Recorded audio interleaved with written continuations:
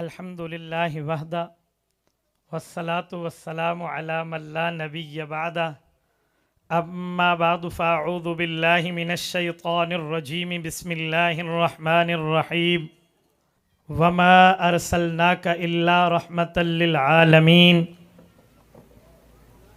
عن انس بن مالک رضی اللہ تعالی عنہ قال قال رسول اللہ صلی اللہ علیہ وسلم لا يؤمن احدكم حتى اكون احب اليه من والده وولده والناس اجمعين رواه الامام الهمام البخاري في صحيحه صدق الله العظيم وبلغنا رسوله النبي الامي الكريم ونحن على ذلك لمن الشاهدين والشاكرين والحمد لله رب العالمين۔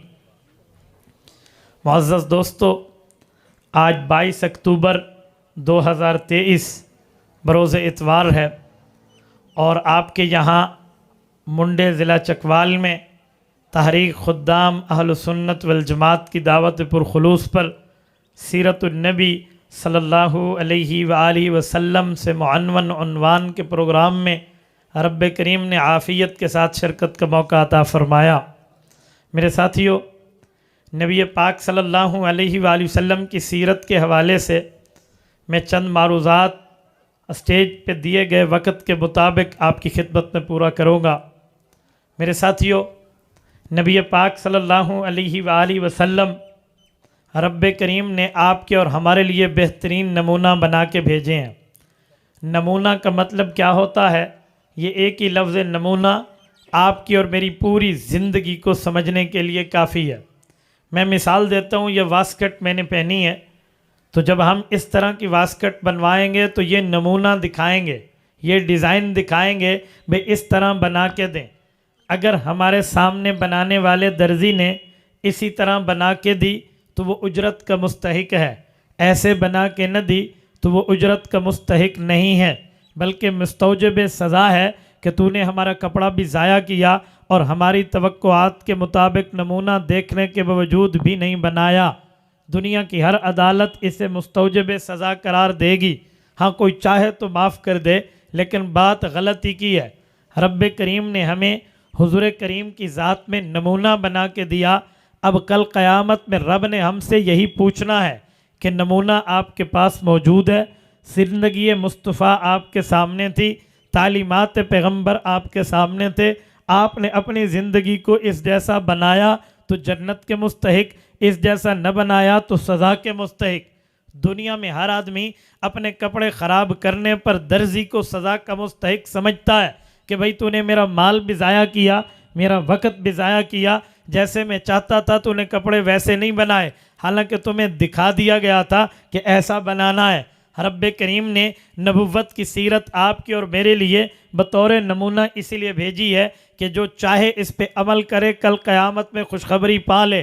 اسی بات کو سمجھانے کے لیے سورۃ احزاب آیت نمبر 21 میں رب کریم نے فرمایا لَقَدْ كَانَ لَكُمْ فِي رَسُولِ اللَّهِ أُسْوَةٌ حَسَنَةٌ، تمہارے لیے پیغمبر کی ذات بہترین نمونہ ہے۔ پھر رب کریم نے آگے جس کے لیے نمونہ ہے اس کی وضاحت فرمایا لمن کان یرجو اللہ والیوم الآخر وذکر اللہ کثیرا۔ اس نمونے پہ تین لوگ جو ہیں، جو تین نظریات، تین قسم کی ترتیبوں کو مانتے ہیں، وہ مستفید ہوں گے۔ نمبر 1، لمن کان یرجو اللہ، توحید کا قائل ہو، شریعت کو مانتا ہو۔ نمبر 2، والیوم الآخر، اور قیامت کے دن پر اٹھنے پر ایمان رکھتا ہو، آخرت کی زندگی کو تسلیم کرتا ہو۔ نمبر 3، وذکر اللہ کثیرا، اور اللہ کا کثرت سے ذکر کرتا ہو، اللہ کو یاد رکھتا ہو۔ پتہ چلا اگر ہم نے اپنی ذات کو حضور پاک علیہ السلام کے نمونے کے مطابق ڈھالنا ہے تو عقیدہ بھی ٹھیک رکھنا ہوگا، آخرت کی امید بھی رکھنی ہوگی، اعمال بھی ٹھیک رکھنے ہوں گے۔ یہ تین باتوں میں اللہ تعالیٰ نے آپ کو اور مجھے رسول اللہ کی زندگی پر عمل کرنے کا طریقہ سکھایا۔ اب میرے دوستو بات فائنل ہے، سیرت النبی کے جلسے میں ہم اسی لیے نہیں بیٹھے کہ ہم اپنے نبی کی تعریف میں مزید وسعت پیدا کر دیں۔ حضور کی تعریف تو ہے ہی وسعت والی، جس کی تعریف اللہ خود عرش پہ کرے اور مخلوق فرش پہ کرے۔ میری ایک تعریف کرنے سے کیا ہوگا، بلکہ ہوگا تو یہ تعریف والے نبی کی سیرت اپناؤں۔ میرے لیے فائدہ تو یہ ہے تعریف والے نبی کا کردار اپناؤں، تعریف والے نبی کے احکامات پہ عمل کروں، تعریف والے نبی کے کردار پہ عمل کروں، تعریف والی نبی کی تعریفات پہ عمل کروں، تب جا کر میری زندگی بھی بہتر بنے گی، موت کے بعد کا زمانہ بھی بہتر بنے گا۔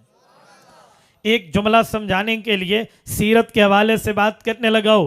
حضور پاک ہماری تعریف کے محتاج نہیں ہیں، بلکہ ہم حضور کی تعریف کر کے اپنا نامہ اعمال سیاہ نہیں سفید کر رہے ہیں۔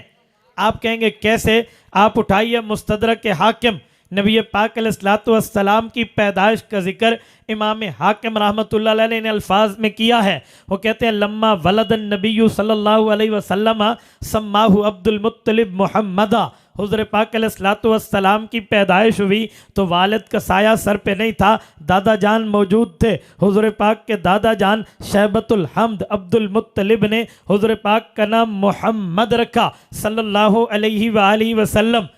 تو محمد کا معنی ہے جس میں تمام تعریفات اکٹھے کر دی جائیں، الذی اجتمعت فیہ صفات المحمودۃ کلھا، جس میں تمام اچھائیاں جمع ہوں، اسے محمد کریم صلی اللہ علیہ وسلم کہتے ہیں۔ حضرت عبد المطلب سے پوچھا گیا فقیل یا ابا الحارث ما حملک علی ان تسمیہ محمدا، اے ابو الحارث عبد المطلب آپ کو کس جذبے کے تحت یہ نام رکھنا پڑا ہے کہ آپ نے اپنے پوتے کا نام محمد صلی اللہ علیہ وسلم رکھا کہ دنیا کی تمام تعریفات اس میں جمع ہوں؟ حالانکہ وَلَمْ يُسَمِّ مِنْ آبَائِهِ قط، ان کے آباء و اجداد میں اس طرح کا پہلے نام نہیں ملتا، آپ نے یہ نام کیوں رکھا، کس بنیاد پہ رکھا؟ حضرت عبد المطلب نے جواب دیا اردت ان یحمدہ اللہ فی السماء ویحمدہ الناس فی الارض، میرا ارادہ، میری سوچ، میری نیت، میرا منشا، میری مانگ، میری نیڈ، میری حاجت و ضرورت و چاہت یہ ہے، اس کا نام تعریف والا ہے تو عرش والا عرش پہ، فرش والے فرش پہ اس کی تعریفات کریں گے۔ اردت ان یحمدہ اللہ فی السماء ویحمدہ الناس فی الارض، تو میرے پاک پیغمبر کی تعریفات تو ہیں ہی، حضور اقدس صلی اللہ علیہ وسلم کی تعریفات تو دنیا میں ہونی ہے۔ اب ہم نے سیرت کے پروگرام میں اس بنیاد پہ شرکت کرنی ہے، ہم نے سیرت کے پروگرام میں اس بنیاد پر آنا ہے کہ ہم حضور پاک کی تعلیمات کو سنیں، نبی پاک کے فرمودات کو سنیں، حضور پاک کے احکامات کو سنیں، حضور کے اوامر اور منہیات کو سنیں، تو جو حضور نے فرمایا ویسے کر دیں، جس سے روکا ویسے رک جائیں۔ یہ زندگی بہتر ہے۔ اگر اس کے علاوہ ہے نا تو یقین مانے کوئی فائدہ نہیں ہے۔ بعض اوقات ایسا ہوتا ہے لوگ صرف سنتے ہیں کان کے چسکے کے لیے۔ امیر شریعت سید عطا اللہ شاہ بخاری رحمۃ اللہ علیہ گفتگو فرماتے، صبح کی اذان آ جاتی، عشاء سے شروع ہوتے تو یہ لفظ ان کا ہے کہ لوگوں کان کے سکون کے لیے بخاری کی باتیں نہ سنو، بلکہ بخاری زبان سے اس لیے بولے کہ اللہ خوش ہو، رسول اللہ خوش ہو، تم بھی اسی لیے سنو کہ اللہ کے احکام مانے، حضور کے فرمان مانے۔ تو میرے دوستو اسی جذبے کے تحت تحریک خدام اہل سنت والجماعت یہ شروع دن سے ایک ایک علاقے میں، ایک ایک گاؤں میں، ایک ایک جگہ میں، ایک ایک قریہ میں، ایک ایک چوک اور چوراہے پر اسی دعوت کو لے کر ٹھہری ہے کہ لوگوں ہم اپنی زندگی نبی کے احکام کے مطابق گزار لیں۔ زندگی، وہ کہتے ہیں نا، زندگی رمضان المبارک کی پابندیوں کی طرح گزار لو، موت عید کی خوشیوں کی طرح قبول کرو گے۔ ہم رمضان میں پابندی کرتے ہیں احکام خدا بندی کے کہنے پہ، تو عید کی خوشی کتنی ملتی ہے؟ آپ اندازہ لگائیں، اگر ہم پوری زندگی رمضان کی طرح اللہ کی پابندیوں میں گزار لیں، موت خوشی کی طرح قبول کی جائے گی۔ اور سنیں، شریعت اسلامیہ ہمیں بتاتی ہے کہ اس وقت جب بندہ دنیا میں آئے تو وہ اپنے آپ کو ایسا تیار کرے کہ نبی پاک صلی اللہ علیہ وسلم کا حکم آئے اس پہ عمل کرے، حضور کو روکے اس سے رک جائے۔ میں مثال دے رہا ہوں، توجہ رکھنا۔ سورت حشر آیت نمبر 7 پارہ نمبر 28 سورت کا پہلا رکوع، رب کریم فرماتے ہیں وَمَا آتَاكُمُ الرَّسُولُ فَخُذُوهُ وَمَا نَهَاكُمْ عَنْهُ فَانْتَهُوا، نبی جو دے دے اس کو لے لو، جس سے نبی روکے اس سے رک جاؤ۔ یہ دو لفظ شریعت کا خلاصہ، یہ دو لفظ شریعت کی سمری، یہ دو لفظ شریعت کا مکمل ایک قسم کا مختصر جواب ہے کہ شریعت یہ ہے نبی فرما دے لے لو، نبی روک دے اس سے رک جاؤ۔ نبوت کا فرمانا دین، نبوت کا روکنا دین۔ یاد رکھیں ہم احکامات خداوندی کے پابند ہیں، لیکن بطرز مصطفیٰ، حکم خدا بعمل مصطفیٰ، حکم خدا بحکم مصطفیٰ، حکم خدا بتشریح مصطفیٰ۔ جیسے حضور پاک تشریح کریں گے ویسے ہی پڑھی جائے گی۔ وہ دین کے کام کی عبادت اس سے ہٹ کے نہیں ہے۔ سب سے بڑی عبادت اسلام میں کلمے کے بعد نماز ہے۔ نماز کو اپنے وقت پہ پڑھنا، اللہ کا قرآن کہتا ہے ان الصلاۃ کانت علی المؤمنین کتابا موقوتا۔ اے لوگو میں نے وقت مقرر کیا، وقت متعین کیا، ٹائم اسپیسیفک طے کر دیا، اس کے مطابق تمہاری نماز ہے۔ وقت نکل جائے گا نماز قضا ہو جائے گی۔ ادائے نماز ہے، ادائے صلاۃ ہے تو محدود وقت میں ہے، لیکن یہ ہر جگہ تو حکم ہے۔ لیکن جس جگہ نبی نے جان بوجھ کے نماز کو لیٹ کیا وہاں لیٹ کرنا دین ہے۔ جہاں پہ نماز نبی نے جلدی پڑھی وہاں جلدی کرنا دین ہے۔ آپ کہیں گے حضور نے لیٹ کہاں کی اور جلدی کہاں کی؟ میں دونوں کی مثالیں دیتا ہوں۔ میرے پاک پیغمبر نے جنازے کے بارے میں فرمایا کہ جب جنازہ تیار ہو جائے پھر دیر نہ کرو۔ نماز جنازہ میں جلدی کی ہے، کیونکہ حدیث پاک میں ہے، صحیح بخاری جلد اول کتاب الجنائز میں ہے، ان کانت صالحۃ قالت قدمونی و ان کانت غیر صالحۃ قالت یا ویلھا این تذهبون بها۔ فرمایا جب بندہ فوت ہو جاتا ہے یا نیک ہوگا یا بد ہوگا، اگر نیکوکار ہے تو یہ اعلان کر رہا ہوتا ہے قدمونی قدمونی، مجھے قبر کی طرف جلدی لے جاؤ جلدی لے جاؤ، کیونکہ اسے قبر جنت کا باغ بنتے نظر آ رہی ہوتی ہے۔ اور فرمایا اگر بد ہوتا ہے، یہ گناہ گار ہوتا ہے تو کہتے ہیں یا ویلھا این تذهبون بها، اے لوگو تمہاری بربادی و ستیہ ناس ہو جائے، مجھے کیوں تباہی کی طرف لے کر جا رہے ہو۔ حدیث پاک میں ہے، سنن نبی داؤد میں موجود ہے، حضرت براء ابن عازب رضی اللہ عنہ راوی ہیں، حضور پاک کا فرمان موجود ہے اذا اقبر المیت، جب میت کو قبر میں رکھا جاتا ہے اتاہ ملکان، دو فرشتے آتے ہیں،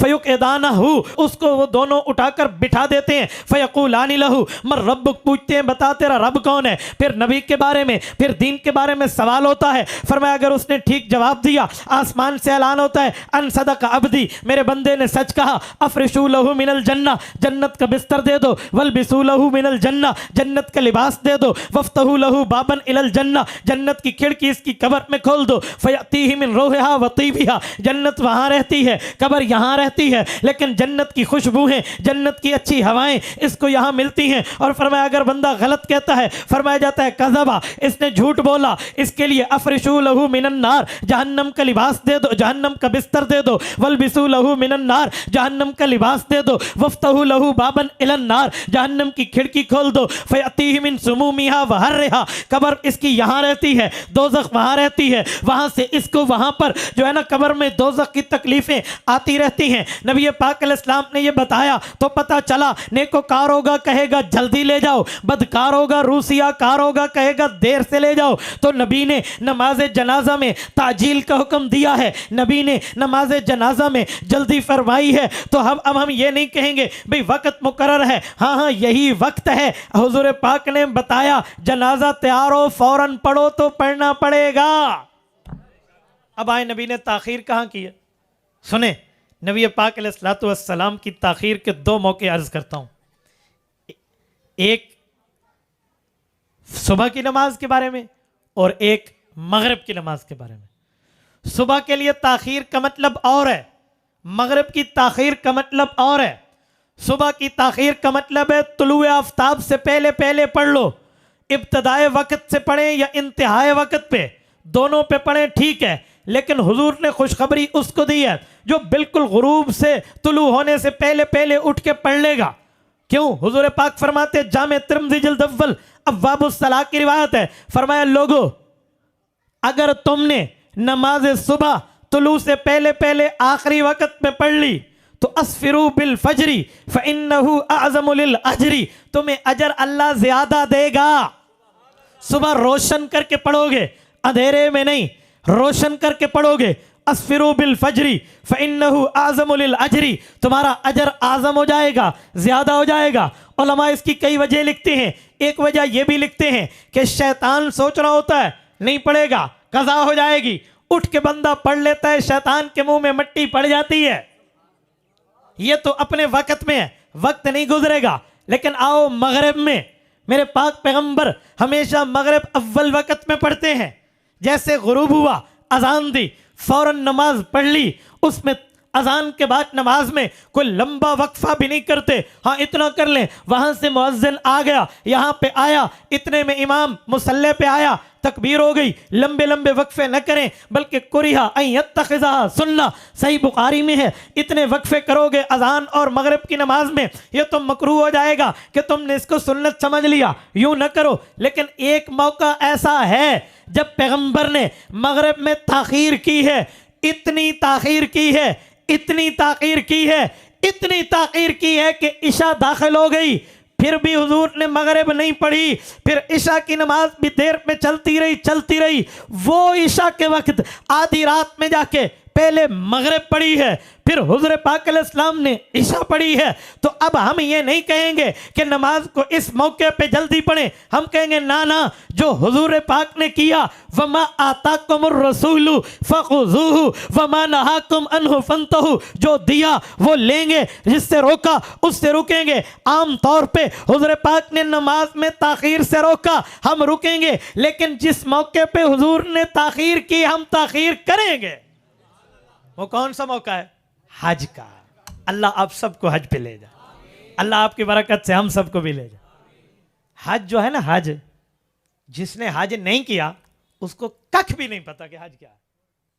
اللہ جس کو توفیق دے اس سے پوچھو کہ حج کیا ہے۔ ماشاءاللہ باقی حضرات تو کئی، حضرت مولانا مخلص صاحب بیٹھے ہیں، آپ حضرات میں سے بڑے لوگوں نے حج کیا ہوگا، میں نے زندگی میں ایک ہی حج کیا ہے، یہ اسی 1444 ہجری کا آخری، یہ جو ابھی ذوالحجہ گزرا ہے، زندگی کا پہلا حج کیا ہے۔ میں مولوی ہوں، پڑھتے پڑھانے میں میری زندگی گزر گئی، بڑے عمرے کے سفر کیے ہیں، لیکن میں خدا کی قسم کھاؤں، میں مسجد میں بیٹھا ہوں، اللہ کی قسم حج کی روحانیت دیکھ کر مجھے یوں لگتا تھا جیسے باقی سب کچھ تو ہو ہی کچھ نہیں، حالانکہ بہت بڑی چیزیں ہیں۔ حج کی روحانیت وہیں جا کے سمجھ آتی، میرے پاس لفظ نہیں ہے کہ میں آپ کو حج کی روحانیت بتاؤں۔ یقین مانیے جس وقت بندہ 8 ذوالحجہ کو نکل رہا ہوتا ہے نا مینا کے لیے، جہاں سے رسول اللہ نے احرام باندھا وہیں سے باندھ کے بندہ چلتا ہے، آپ کو اس احرام میں بھی سمجھ آئے گا کہ آپ کہاں پہ جا رہے ہیں، آپ کے ان 5-6 دنوں کے احرام میں سمجھ آ جائے گی۔ ہم بھی سوچتے تھے بھائی مینا ہوگا اس میں رہیں گے، عرفات ہے اس میں بھی وقوف ہوگا، حج کا رکن اعظم ہے، کئی بار پڑھایا، لیکن جب میں عرفہ پہنچا نا تو مجھے اس وقت سمجھ آیا کہ عرفات کہتے کسے، کئی مرتبہ ہم عرفات گئے ہیں۔ میرے دوستو ایک واقعہ حج کا سنا دو پھر اپنی بات کر لوں گا۔ میں حضرت قاضی صاحب رحمہ اللہ کے شہر میں بیٹھا ہوں، حضرت قاضی صاحب کے بارے میں ہم نے بڑے اکابر سے سنا ہے کہ حضرت قاضی مظہر حسین رحمۃ اللہ علیہ جب عرفات میں حج پر تشریف فرما تھے نا، تو ایک مرتبہ ایسا ہوا کہ حضرت اٹھ کے دعا فرما کے پھر بیٹھ جاتے، تو ساتھیوں نے بڑا اصرار کیا، پوچھا، حضرت نہیں بتایا۔ جب حج پورا ہو گیا بڑے بڑے علماء نے منت کی کہ حضرت وہ کیا معاملہ تھا آپ کہتے ہیں، تو خواص میں یہ بات بتائی کہ حدیث پاک پڑھ کے سنائی، صحیح مسلم میں حدیث ہے کہ نبی علیہ السلام جب حج پہ تشریف لائے تھے تو آقا نامدار صلی اللہ علیہ وسلم نے فرمایا، اے لوگو اللہ تعالیٰ انبیاء کی ارواح کو حج کراتے ہیں، اور فرمایا وہ دیکھو میں موسیٰ علیہ السلام کو تلبیہ پڑھتے ہوئے اس مقام خیف سے اترتے دیکھ رہا ہوں، اور یہ یحییٰ علیہ السلام کی سواری جا رہی ہے۔ حضور علیہ السلام نے فرمایا، صحیح مسلم کی صحیح حدیث ہے، اس پر کوئی اعتراض بھی نہیں ہے۔ تو یہ ہوتا ہے، تو حضرت قاضی فرمانے لگے رب کریم نے میرے اوپر کھولا کہ جب میں اٹھا تو نبی علیہ السلام کی حج پر سواری جا رہی ہے۔ تو پھر مجھے سمجھ آیا وہاں بیٹھ کے جو ہمارے اوپر کیفیات طاری ہوتی ہیں نا، کہ ہمارے اوپر عرفات میں بیٹھ کے بعض اوقات جان کپ کپی طاری ہو جاتی ہے، رونگٹے کھڑے ہو جاتے ہیں، رونا آ جاتا ہے، اور پھر خود بخود دعاؤں میں لگ جاتا ہے، پتہ ہی نہیں ہوتا کہ میرے ادھر کون بیٹھا ہے ادھر کون بیٹھا ہے، دنیا و مافیہ سے غافل ہوتا ہے۔ وہ نبوت سمیت انبیاء کے گزرنے کے ایمان کی روحانیت کا اثر ہوتا ہے، بس اس اثر کا جواب نہیں ہے۔ میں 100 باتیں کروں نا آپ نہیں سمجھ پائیں گے۔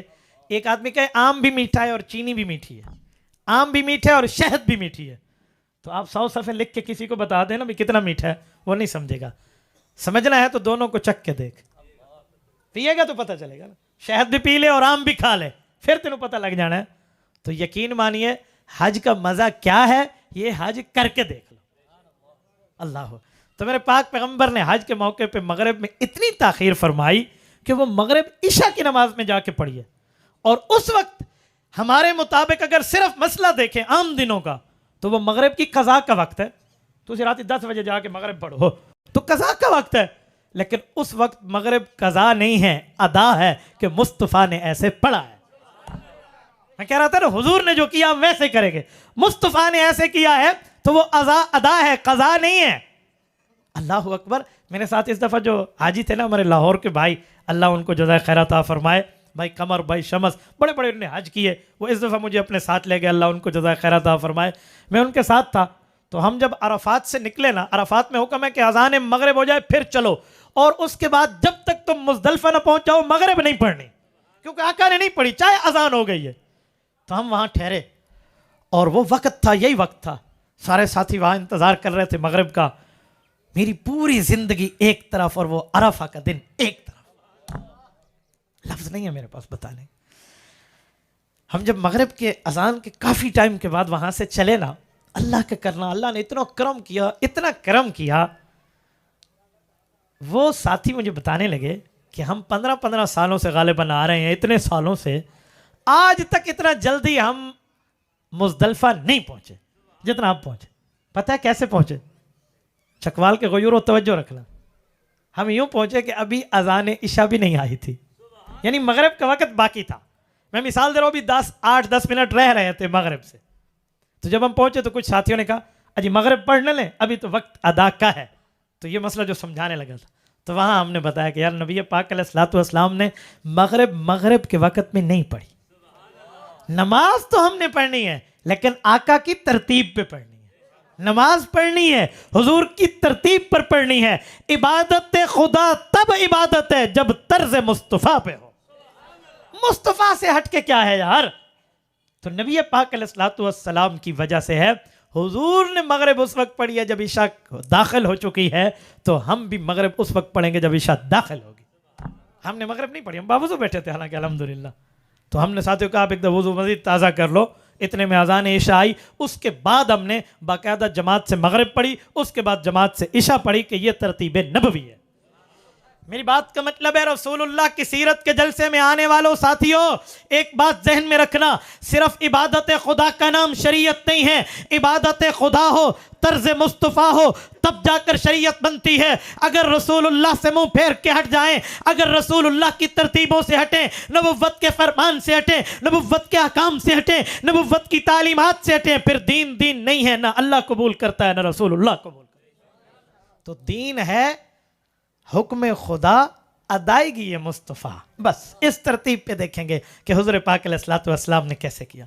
ایک موقع پر ایک صحابی رسول غالباً حضرت عبداللہ ابن مسعود رضی اللہ عنہ ہے، ایک گفتگو میں بات کرتے ہوئے اپنے ہاتھ کو اٹھایا اور یوں کیا کہ حضور پاک نے یوں فرمایا، پھر خیال آیا کہ ہو سکتا ہے یوں نہ ہو، تھوڑا یوں ہو، تو پھر ہاتھ کو اس طرح جھکا کے فرمایا اللہ جانتے کہ یوں فرمایا یا یوں فرمایا، ہو سکتا ہے میں پورا نہ بتا سکا ہوں۔ اتنی احتیاط کی ہے صحابہ نے۔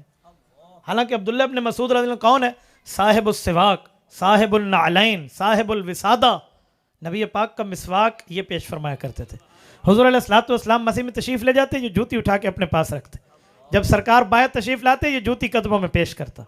نبی علیہ السلام کا یہ تکیہ مبارک سرانہ یہ ان کے پاس ہوتا، جہاں حضور بیٹھتے یہ صاحب الوسادہ آ کے وہاں تکیہ لگا دیتے۔ اس سے اندازہ لگائیں دوستو، حضرت عبداللہ بن مسعود جیسا آدمی اتنی احتیاط کر رہا ہے رسول اللہ کی ترتیب پر، اب کیا کریں گے؟ کیا کرے گا بندہ؟ تو میرے ساتھیوں، نبی پاک صلی اللہ علیہ وسلم کی سیرت اور ترتیب پہ عمل کریں گے تب جا کر ہماری دنیا بنے گی، اور وہ سیرت ایک جلسے میں سمجھ نہیں آتی، اس کے لیے علماء کے پاس آنا ہوگا، اس کے لیے دین سیکھنے والوں کے پاس بیٹھنا ہوگا، ان سے دین سیکھیں گے کہ میری شادی کا معاملہ کیسے، میری فوتگی کا معاملہ کیسے، میری خوشی شریعت میں کیسے، میری غمی شریعت میں کیسے، میراث کے مسائل کیسے، حج عمرے کے مسائل کیسے، زکوٰۃ عشر کے مسائل کیسے، نماز روزے کے مسائل کیسے، اور اسی طرح میرے نکاح اور طلاق کے مسائل کیسے، میری تجارت، معیشت، تمدن، ثقافت کے مسائل کیسے، یہ ان سے پوچھیں گے، اور پوچھ کر چلنے میں اللہ کا اجر ہے۔ حدیث پاک کے مطابق قرآن کی ایک آیت سیکھنے پر 100 رکعت نماز پڑھنے سے زیادہ ثواب ملتا ہے۔ 100 رکعت نماز نفل کا اتنا ثواب نہیں ہے جتنا قرآن کی ایک آیت کی مکمل معلومات سیکھ لو، پوری اس کا ترجمہ، تشریح، شان نزول پورا پتہ ہو۔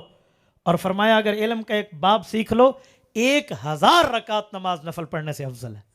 1000 رکعت نماز نفل صرف علم کا ایک باب سیکھنے سے، یوں سیکھیں گے تو بات بنے گی۔ تو میرے ساتھیوں میں بات کر رہا تھا، آج ہم جتنا سیرت سے دور ہوں گے، جتنا احکام مصطفیٰ سے دور ہوں گے، اتنا ہمارے دلوں میں شیطان بیٹھے گا، شریعت کی مخالفت بیٹھے گی۔ میں ایک مثال دینے لگا ہوں۔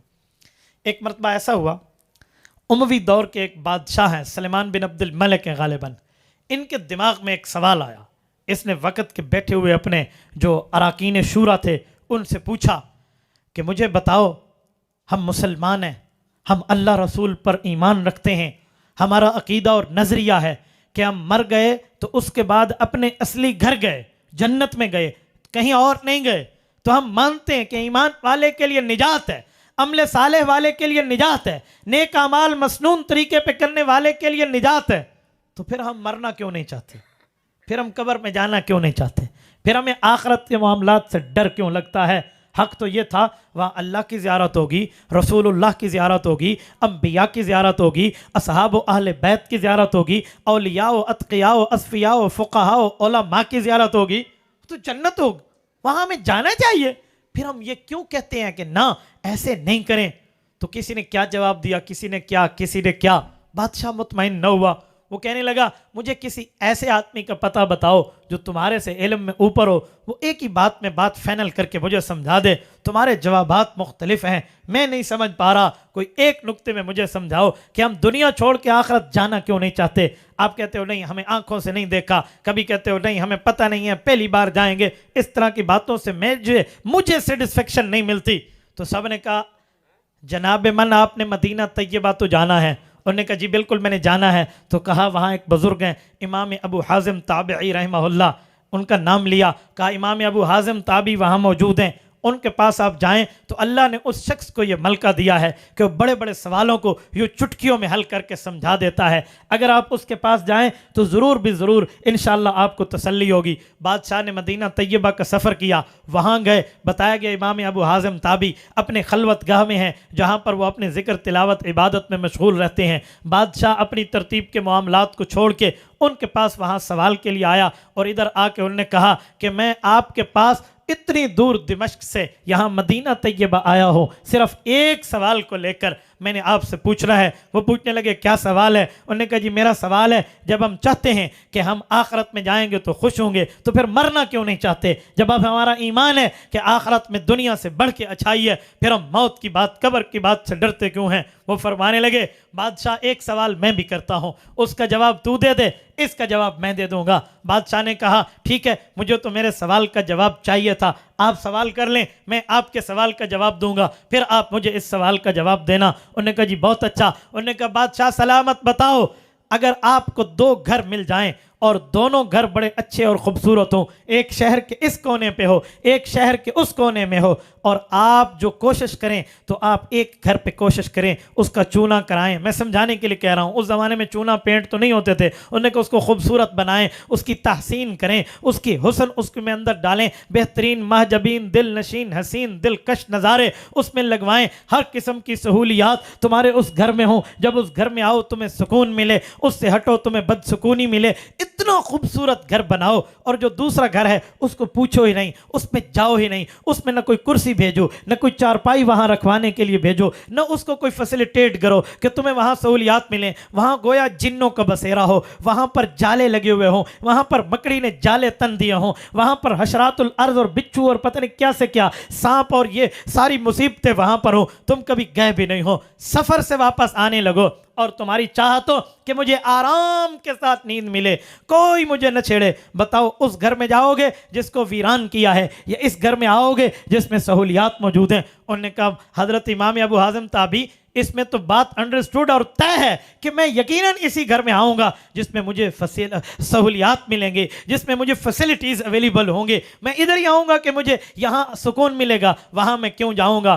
انہوں نے کہا جی آپ کے سوال کا جواب اسی جواب میں موجود ہے. ہمارے پاس بھی دو گھر ہیں, ایک دنیا کا ایک آخرت کا ہے. ہم نے دنیا کے گھر پہ محنت کی, دنیا میں اپنے آپ کو لگایا, دنیا میں اپنے آپ کو ڈالا, دنیا میں اپنے آپ کو اس حد تک منہمک کو مشغول کر دیا کہ ہمیں آخرت کی فکر نہیں ہے. ہم نے نہ اچھے عمل کیے کہ وہاں بھیجیں, نہ اعمال ٹھیک ساتھ رکھنے کے ساتھ ساتھ ایصال ثواب کیا کہ وہاں میرے لیے آخرت میں کچھ ملے, نہ پڑوسی کی تعریف کی, نہ پڑوسی کی تائید کی, نہ پڑوسی کے ساتھ امداد کی کہ میرا پڑوسی مجھے اللہ رسول نے بتایا اس کو حق دوں گا قبر میں اللہ مجھے دے گا. میں نے اپنے بیٹوں کا اپنی بیٹیوں کا حق نہیں دیا, میں نے اپنے دوستوں کا نہیں دیا, میں نے ماں کا نہیں دیا, میں نے باپ کا نہیں دیا, میں نے بھائی کا نہیں دیا, میں نے علماء کا نہیں دیا, نہ بڑے کی عزت کی, نہ چھوٹے پہ شفقت کی, نہ میں نے کاروبار میں کسی کے ساتھ بھلائی کی, نہ فی سبیل اللہ کسی کے ساتھ اچھائی کی, نہ مجھے نماز کی فکر, نہ روزے کی فکر, نہ حج کی فکر, نہ زکوٰۃ کی فکر, نہ دین کی فکر. کوئی کہے تو نے مرنا ہے تو میں کہوں نہ بابا موت کو یاد نہ کرو, بڑا بندہ پریشان ہو جاتا ہے,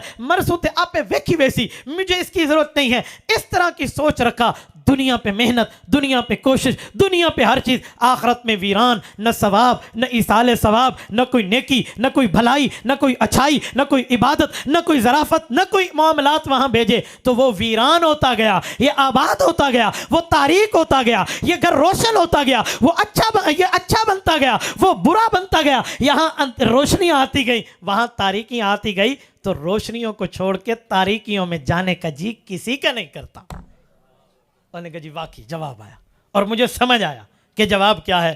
میرے دوستو, نبوت کی سیرت کے جلسے میں آنے والے ساتھیوں, آپ اور ہم یہاں بیٹھے ہیں, ہم ایک بات طے کر لیں کہ ہم رسول اللہ صلی اللہ علیہ وآلہ وسلم کی تعلیمات پہ عمل کر کے دنیا بھی بہتر کریں گے, آخرت بھی بہتر کریں گے.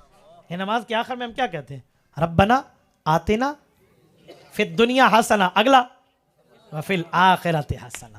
اللہ دنیا بھی بہتر کر, آخرت بھی بہتر کر.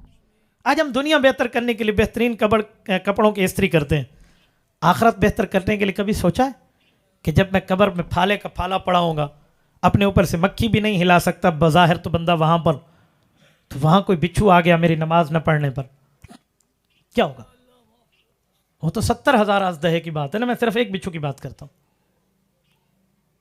یقین مانو, ہمارے علماء نے لکھا ہے کہ اگر کوئی بندہ 24 گھنٹے میں صرف 5 منٹ, 23 گھنٹے 55 منٹ ایک طرف رکھ کے جو کرنا ہے کرو, صرف 5 منٹ کسی اکیلے کمرے میں رات کو سو کرنا ایسے چارپائی پہ, وہ صرف 5 منٹ آنکھیں بند کرے اور سوچے کہ میری روح نکل گئی, اب میں مر گیا, اب گھر والے رو رہے ہیں, اب مجھے غسل دے رہے ہیں, اب مجھے کفن دیں گے, اب میں کفن میں آ گیا ہوں, اب میرا منہ کھلا ہوا ہے, لوگ دیکھ رہے ہیں, اب مجھے اٹھا کے لے کر جا رہے ہیں, اب جنازہ گاہ پہنچ گیا ہوں, اب میری لاش وہاں پڑی ہے, لوگ جنازہ پڑھ رہے ہیں, اب اٹھا کر مجھے قبر کے پاس لے گئے, اب قبر میں ڈال دیا ہے, اوپر سے بیٹا سکا بھی کہہ رہا ہے ایک سوراخ بھی کھلا ہوا نہ رہے, سب کچھ بند کرو, سب کچھ بند کرو, سب کچھ بند کرو. لوگ مٹی ڈالنا ثواب سمجھ رہے ہیں, اوپر مٹی پھینک رہے ہیں, پھینک دی, بند ہو گئی. منھا خلقناکم وفیہا نعیدکم ومنھا نخرجکم تارۃ اخری, پورا ہو گیا. قبر کی مٹی پہ بند. کتنا ٹائم بیٹھیں گے؟ 10 منٹ, 15 منٹ, 20 منٹ, 1 گھنٹہ, آدھا گھنٹہ, 1 دن, 2 دن, 10 دن, بس چلے گئے. اب قبر بند ہے. اب مخلوق جانے یا خالق جانے. اب فرشتے آ گئے ہیں اور انہوں نے پوچھا ہے بتا تو نے دنیا میں کیا کیا, اب میں کیا جواب دوں گا؟ اگر ٹھیک کیا تو شکر کرو, برا کیا تو فکر کرو. کہ صرف 5 منٹ سوچ لو, زندگی نہ بدل جائے, ہو نہیں سکتا. صرف 5 منٹ سوچ لو. آج آپ ترتیب کر لیں, آج اب رات کو سوتے یہ 5 منٹ سوچ لیں. یقین مانے جی چاہے گا بندہ ہر اس بندے کے دروازے پہ جائے جس کے ساتھ برا کیا, لالا مینوں معاف کر دے, خدا دا واسطے مینوں معاف کر. اگر کسی کے پیسے لیے مجھ سے لے لے, پلے سے لے لے مجھ سے, لیکن معاف کر دے بھائی. کیا سے کیا کہ یہ ہے آخرت. یہاں آنے کی ایک ہی وجہ ہے. حضرت مولانا عبدالستار توسوی رحمۃ اللہ علیہ فرماتے تھے نا کہ جب توسوی بات کرتے ہیں تو لوگ سنتے نہیں ہیں, حالانکہ سنیں تو ان کی زندگی بدل جائے. پھر فرماتے تھے اٹھ کے گھر گیا تو مائی صاحبہ پوچھا توسوی کی آکھیا, ایسا کہ جی توسوی تو ریڑھے پھیر دیتے ہیں, اجی دستے سے کہ مینوں یاد کوئی نہیں. تو انہوں نے کہا اس طرح نہ سنیں, آپ یہ نہ کہیں جی بڑی اچھی گفتگو ہوئی, واہ واہ جلسہ ہو گیا. بھائی واہ واہ تو تب ہے جب میں بھی عمل کروں اور میرے بھائی بھی عمل کریں. ہم یہاں آئے تھے, ہمارا ذہن کچھ اور ہے, اٹھے تو اب ذہن کچھ اور لے کر اٹھے, تب ہمارا جلسہ کرانے والوں کا کامیاب اور گفتگو کرنے والوں کی معاملہ بھی ٹھیک, اور اس کے بعد ہمارا معاملہ بھی اچھا. تو میرے دوستوں میں نے ساری بات کا خلاصہ اس بنیاد پہ دیا ہے کہ آپ اور ہم رسول اللہ صلی اللہ علیہ وسلم کے امتی ہیں، ہم سیرت کے جلسے میں آئے ہیں تاکہ ہماری زندگی ٹھیک ہو جائے، ہماری زندگی بدل جائے، نبی علیہ الصلوۃ والسلام کی تعلیمات کے مطابق ہم گزاریں۔ تو اللہ آپ کو رحم سلامت رکھے، خوش و